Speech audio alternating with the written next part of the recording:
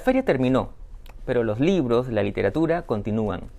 El conocido caricaturista político Andrés Ederi estuvo de paso por Lima para presentar su primer libro para niños, El pollito que no quería soñar, publicado por el grupo Penguin Random House.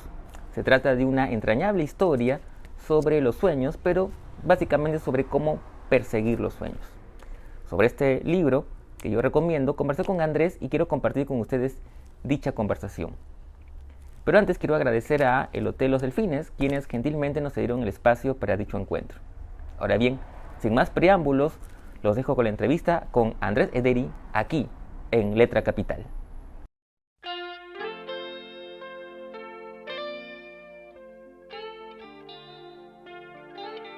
¿Cómo estás, Andrés? Primero que nada, gracias por tu tiempo y por permitirnos esta charla sobre tu libro, El pollito que no quería soñar, que ha sido publicado por Penguin Random House en su sello Beascoa. ¿Cómo estás, Andrés? Bien, muy bien, gracias.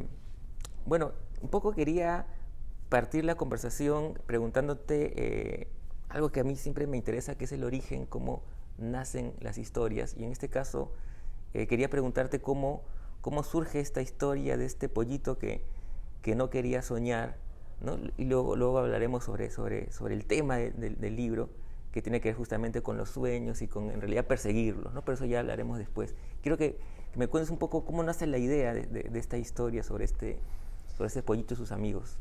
Mira, el germen, digamos, la prehistoria del libro, se dio cuando hace unos 15 años empecé una terapia con una psicóloga que me pidió que, aprovechando que yo sabía dibujar, o que al menos lo intentaba,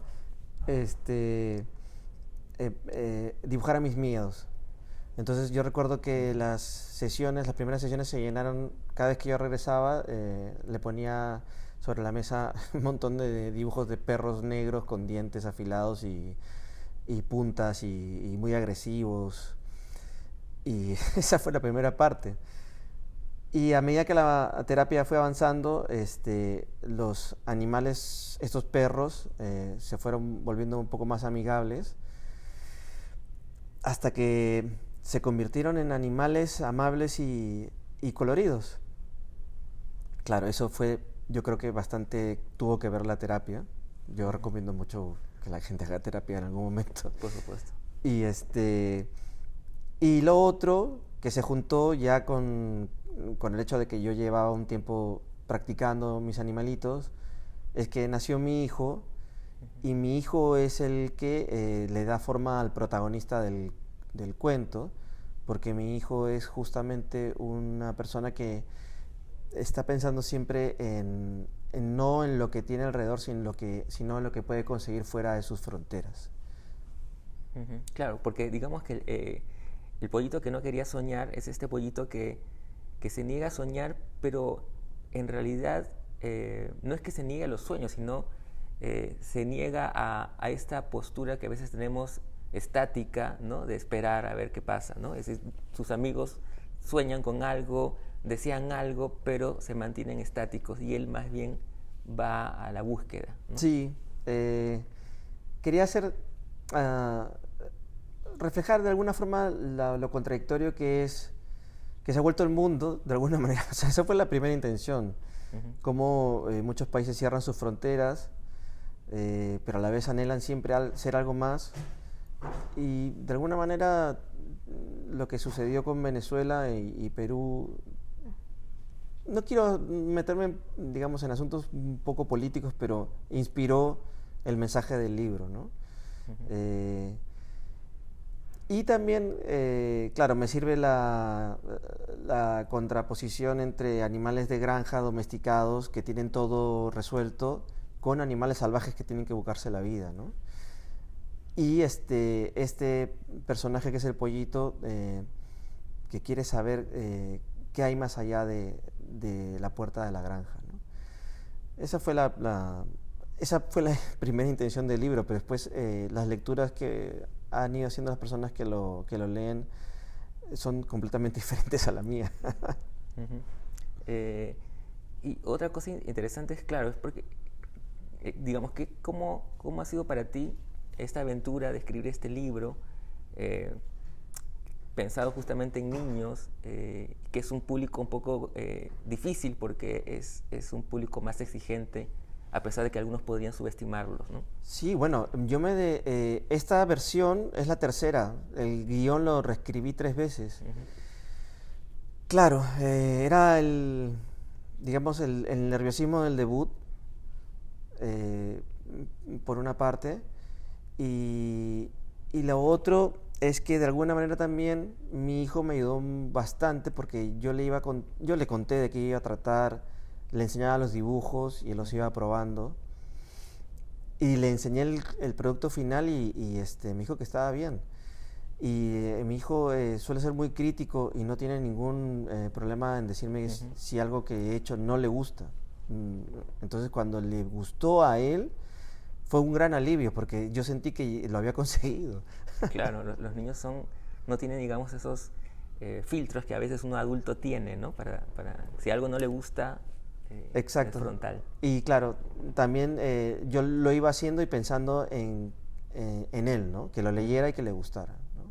Ahora él tiene 9 años, pero este proceso fue cuando tenía 7, 8 más o menos. Y ya digamos, en el proceso de armado del libro, de los dibujos, ¿cómo ha sido ese proceso de trabajar estos dibujos en cuestiones de la pintura, los materiales?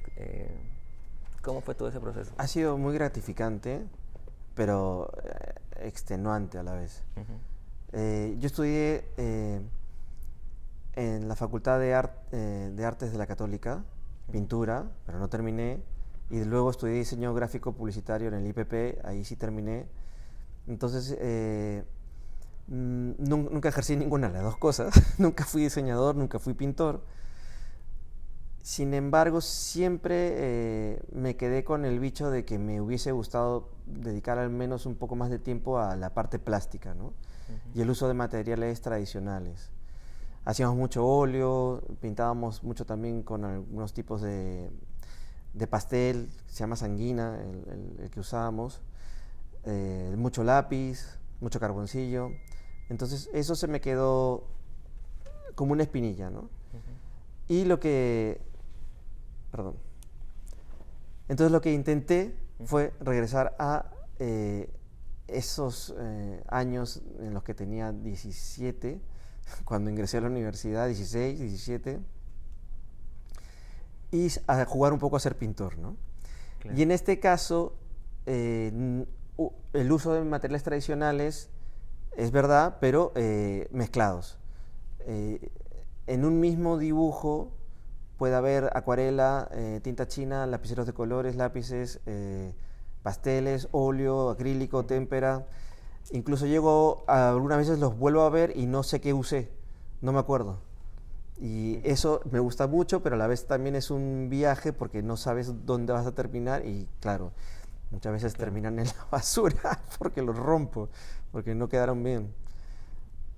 Claro, porque es una apuesta nueva, pues porque de alguna manera quienes te conocemos y que reconocemos ya tu trazo, aquí vemos otra cosa, digamos, ¿no? Sí, era salirme un poco del trabajo de humorista político para entrar en algo que es igual de satisfactorio, ¿no?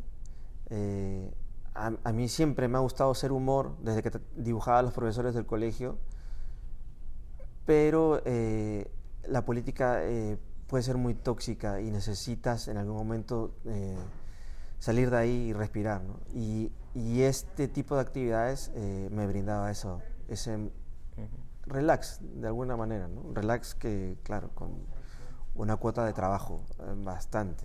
Yo me demoré casi 2 años, como te digo, el debut también tuvo que ver, ¿no? Porque me puse un poco nervioso, pero más o menos 2 años en pintar todo esto. Ahora que mencionas esto digamos, de haber empezado dibujando a tus profesores, me hace recordar que tú empezaste bastante joven, ¿no? De hecho, en un texto, Beto Ortiz, no sé si tan cierto sea, pero él contaba que en Página Libre tú ibas a la redacción en uniforme de colegio. Sí, es cierto, es cierto. Yo empecé publicando en la revista de César Hildebrand, que se llamaba así, Ujú. en el suplemento de humor No de Juan Acevedo. Claro. Y conocí a Juan Acevedo gracias al director de mi colegio, que era el padre Ricardo Morales. Y él fue el que me dio el teléfono de Juan, lo fui a visitar. Juan fue un gran profesor y fue un gran estímulo para continuar por ese camino, ¿no? Yo más o menos en el colegio ya tenía claro a qué me iba a dedicar, que era dibujar.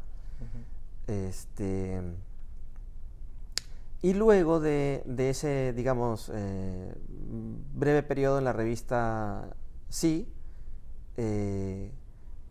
también conocí a Beto, y Beto, recuerdo que me dijo que estaban formando un equipo para un diario que se llamaba Página Libre. Entonces me presenté y Guillermo Sondheim fue la persona que me contrató al final. Y recuerdo que, claro, yo salía del colegio y me iba a la redacción y no pasaba por mi casa. Y era genial ir ahí a dibujar, y era un mundo absolutamente, no sé, fuera de lo ordinario. Una etapa muy alucinante. Y exactamente, con uniforme de colegio.